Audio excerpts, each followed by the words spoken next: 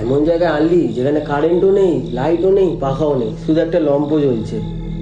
তোরাই বললি ভাই গ্রামে আসবি, এর থেকে আর গ্রামে কি পাবি ভাই? ভাই আমার না শরীরটা ভালো লাগে না, বিশ্বাস কর। আর ওই শিউলি দি না ভাই, এ ভাই রক্ত, এ ভাই, এ ভাই রক্ত, ভাই এ ভাই রক্ত। কোথায় রক্ত ভাই? এ ভাই রক্ত ছিল ভাই। আর সারাক্ষণ ভুল ভাল দেখিস।